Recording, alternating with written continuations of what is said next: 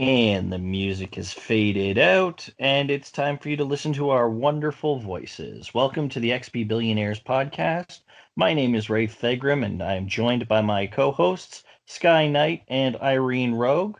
Sky, how are you doing today? I'm playing a new Atelier game. I'm fantastic. Yes, that you are. All right, Irene, how are you doing today? Oh, I'm pretty good. Playing with the character creator in Code Vein a lot. Like a lot. There's I like it. It's fun. I like being able to switch constantly and come up with new outfits. And also the gameplay is fun too, I guess. Well, yeah, absolutely. I've been playing Black Desert Online, and the character creator on that, I still think is probably better than Code Veins overall in terms of body design, but it's it's pretty intense. Well, yeah, I'm going to say that I don't have a lot of options when it comes to designing the overall proportions of my character, and that's not great. But it's an anime game, so my options were going to be limited regardless.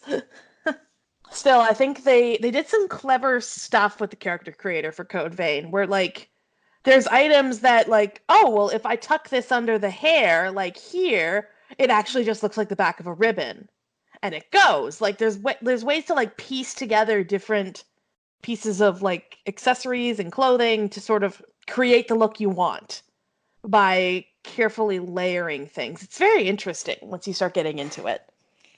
However, I will say this, Namco Bandai, could I have more clothes for the girls that are clothes, please? Jesus Christ!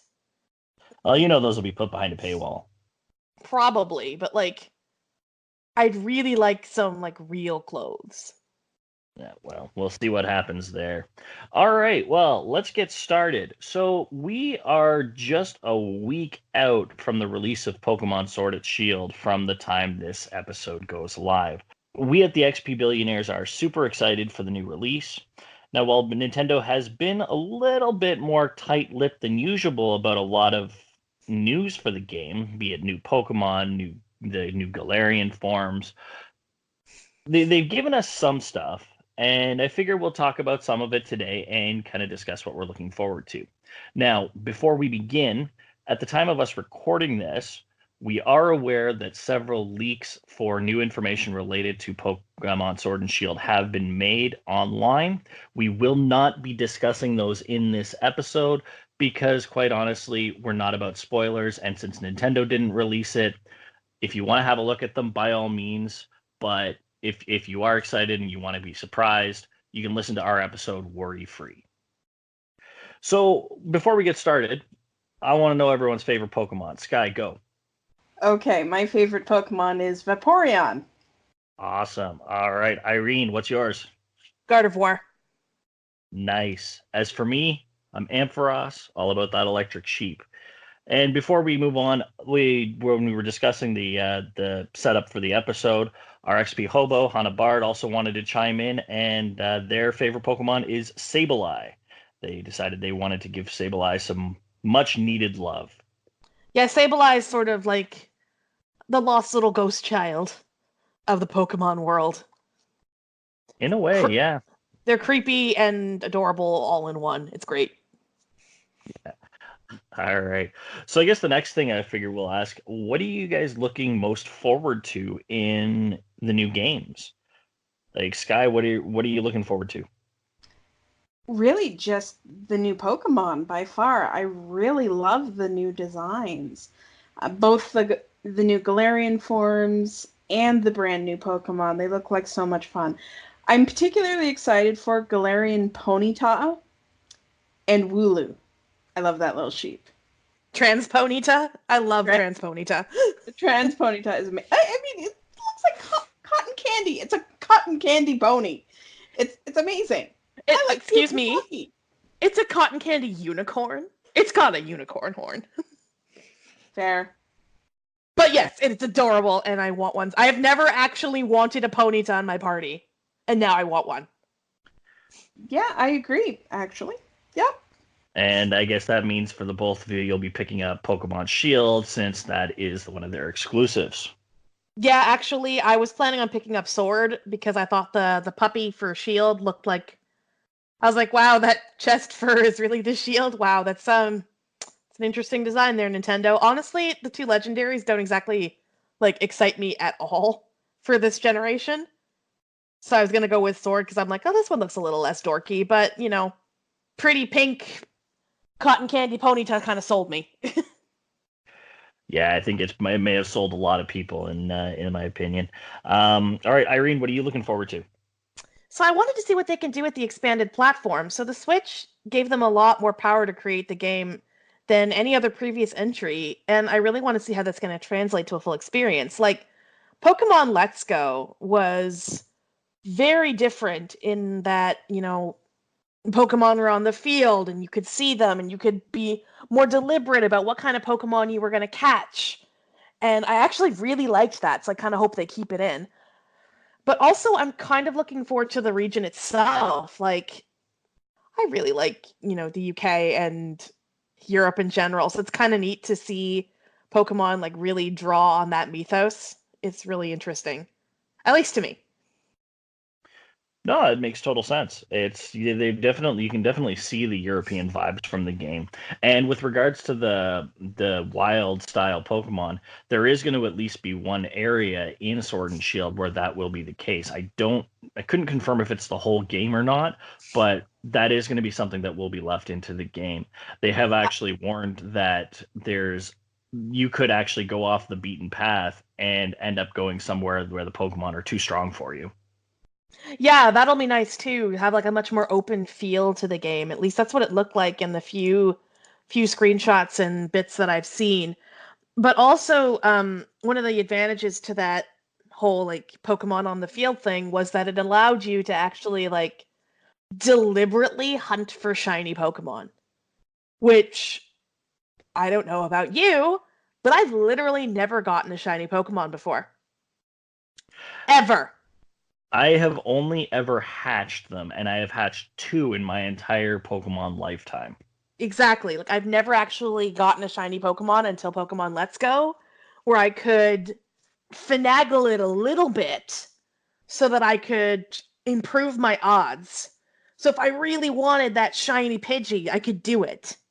Except the shiny Pidgey ran away, and then I turned the game off and never turned it on again.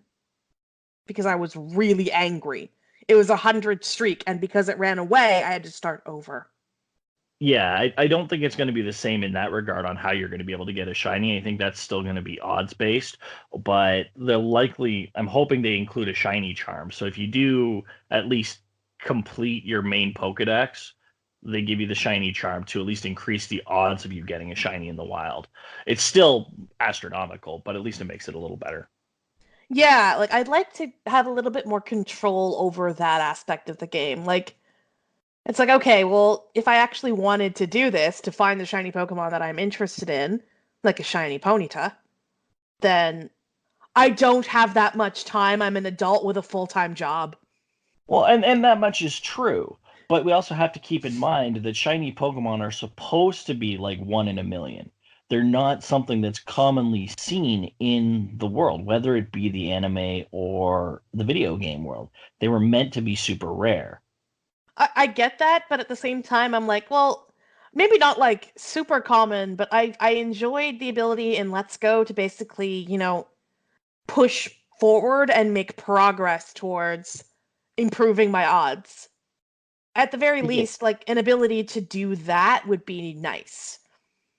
yeah, there was a method like that in a past set of games where I think it was using a specific type of like radar where I want to say it was the original Ruby Sapphire, where with the radar it would work. If a Pokemon was going to appear, the tall grass would wiggle in a specific spot, and you would have to go to it.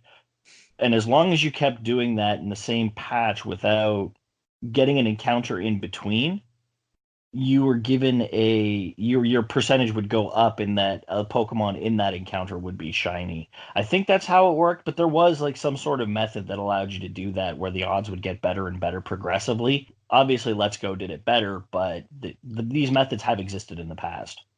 Yeah, so I'm not saying like it has to be just like Let's Go, but a way to improve my odds a little bit would be much appreciated considering, how much time and energy goes into these games, it would be great to actually be able to make concerted strides towards actually achieving my goal rather than hoping on random luck.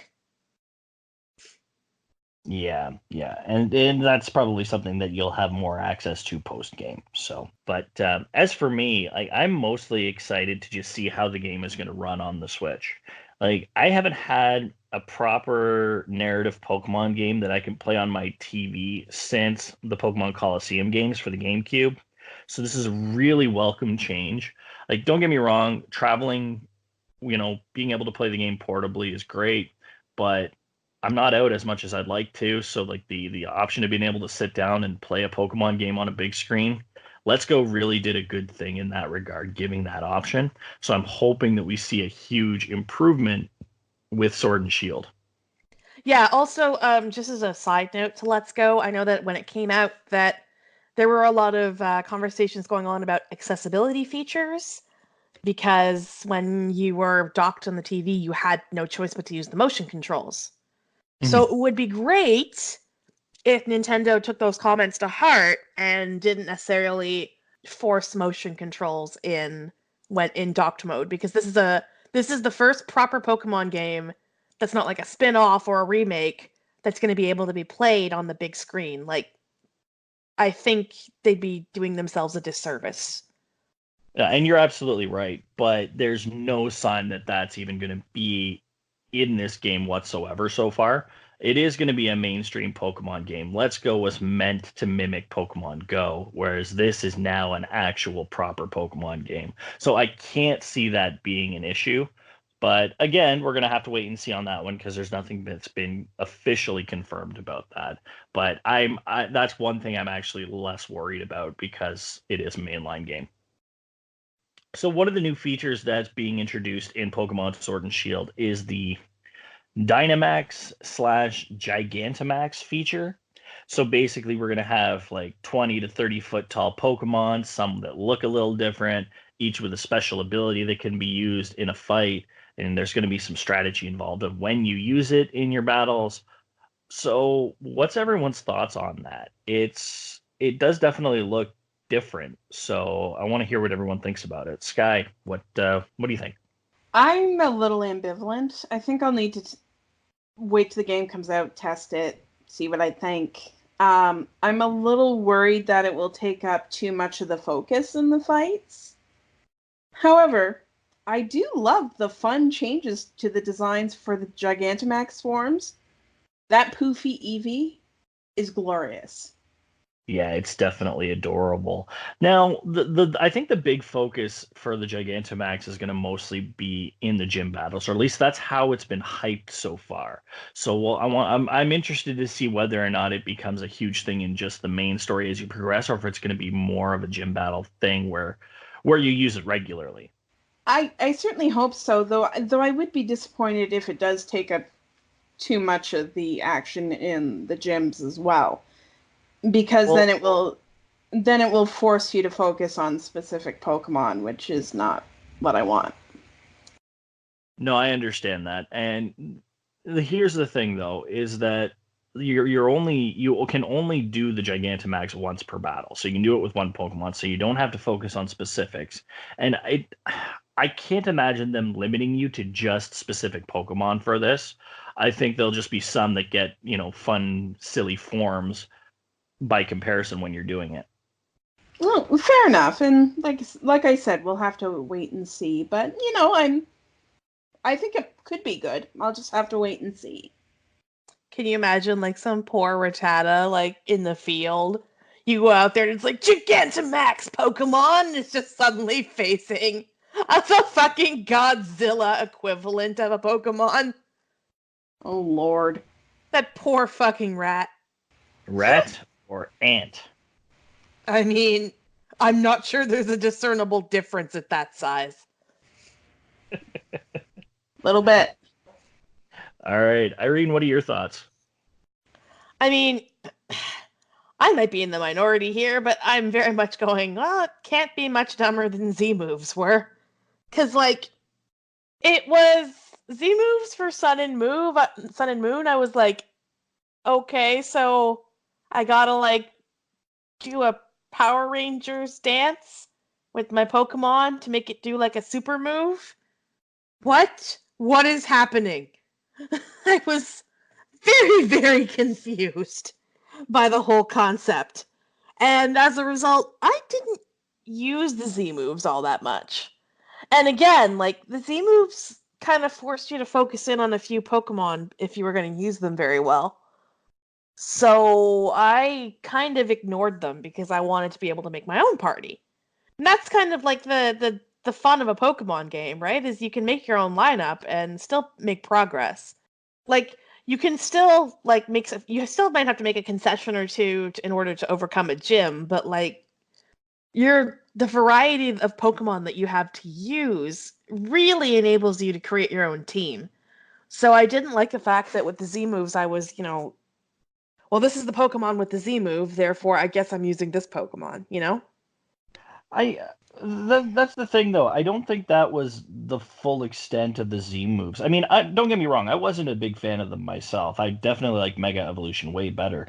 But the thing with the Z moves is that they were elementally based for the most part. There were a few random Z crystals you could get for specific Pokemon, but overall, you could just equip like the Stonium Z to a Rock type Pokemon or whatnot. So as long as you had the right crystal, you just used whatever Pokemon you were using and equipped it with it.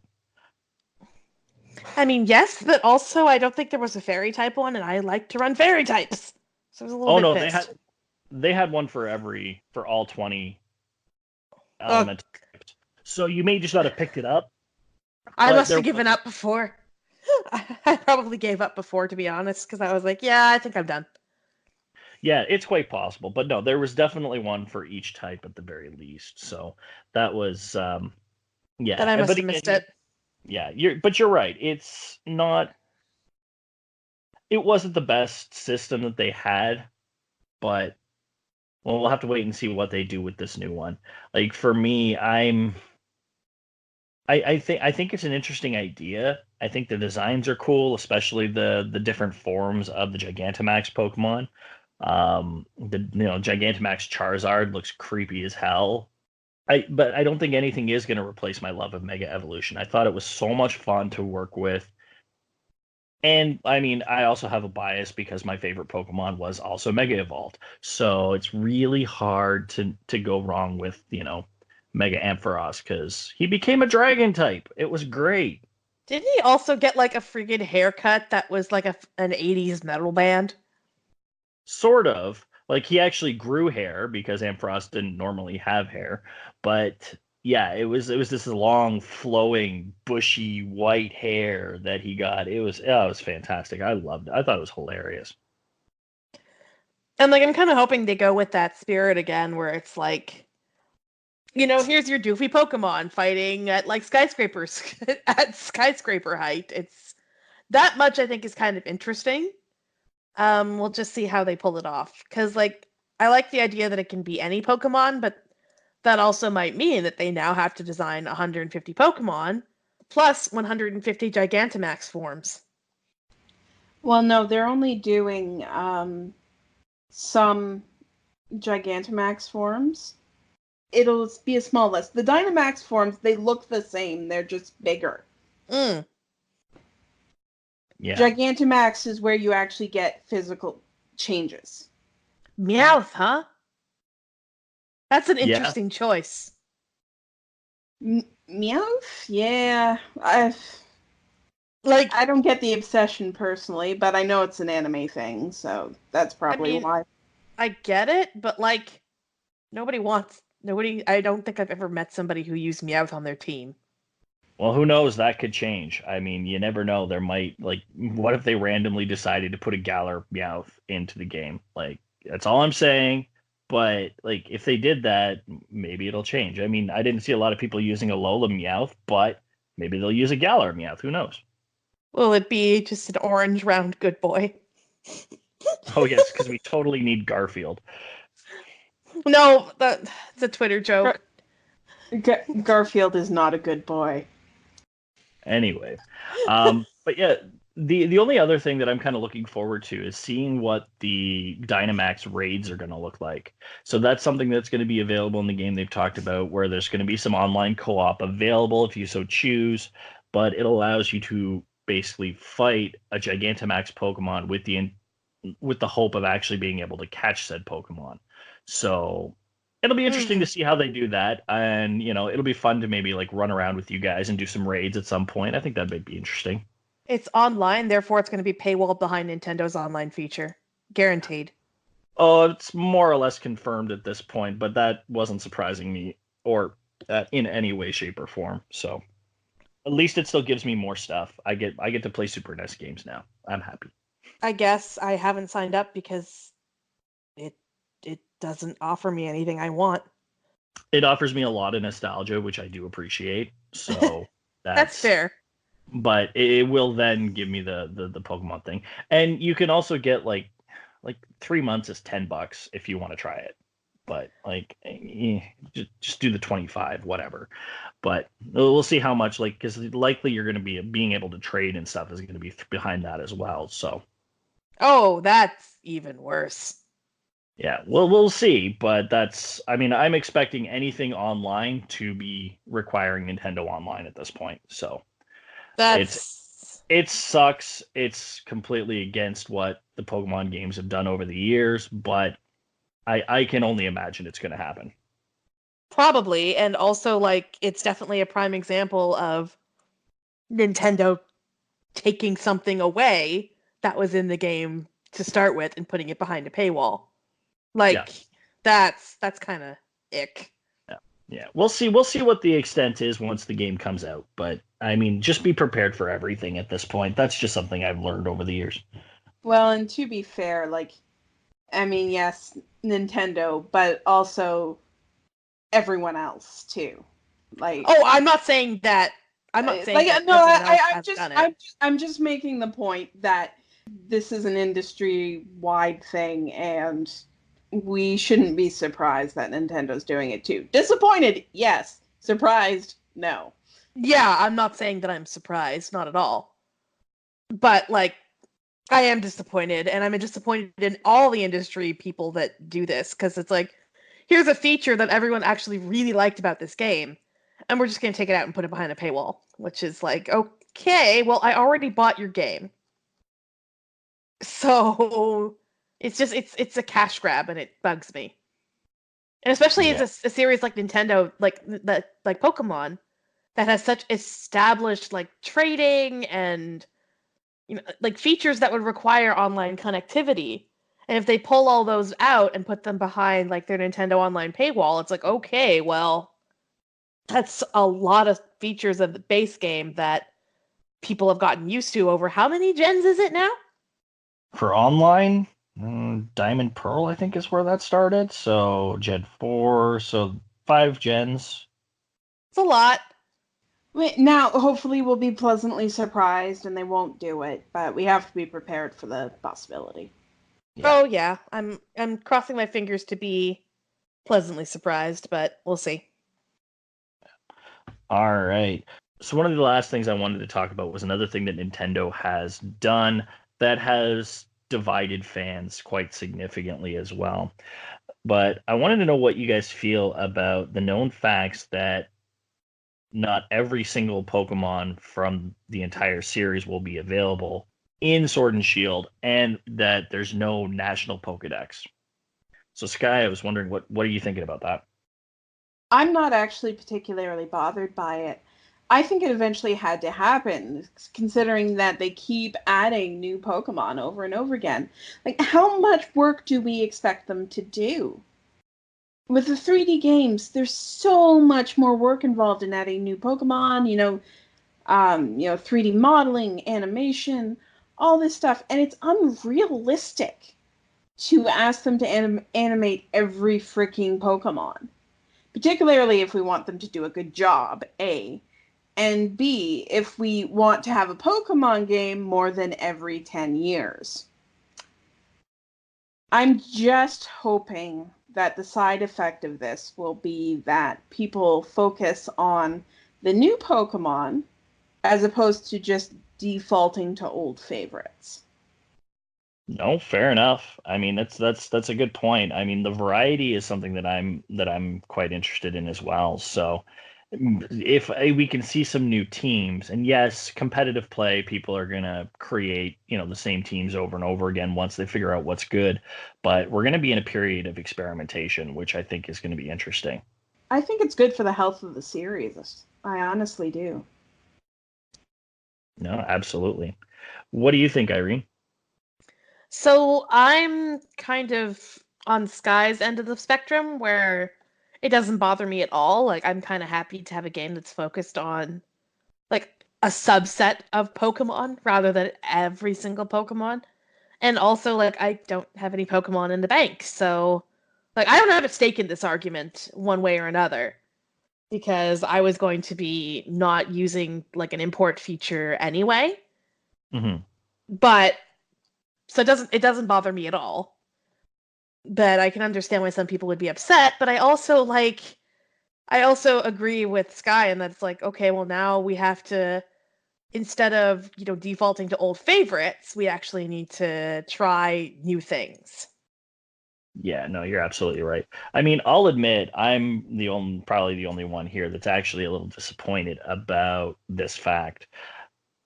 I mean, I had hoped that the Switch's hardware would be enough to maintain all of the Pokemon, but I mean, yeah, like I was saying earlier, it's going to spice up competitive play, which is going to at least give us a lot more experimentation.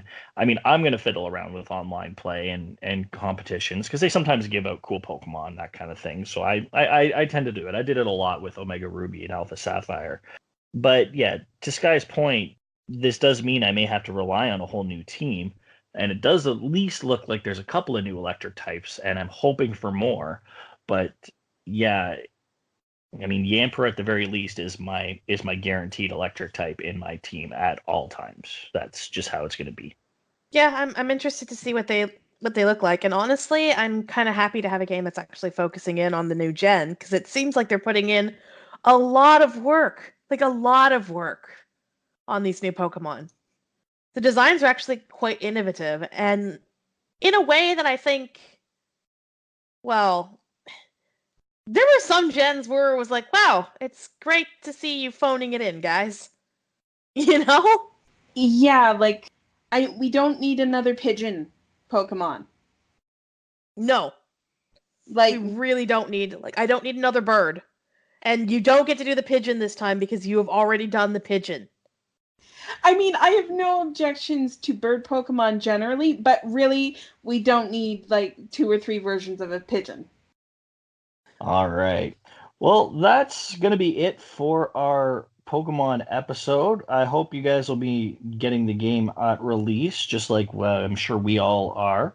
And if you guys want to talk Pokemon with us, definitely give us a shout. You can catch us on our social media. You can find me on Twitter at BillionairesXP, or you can find me on Instagram at RayThigram.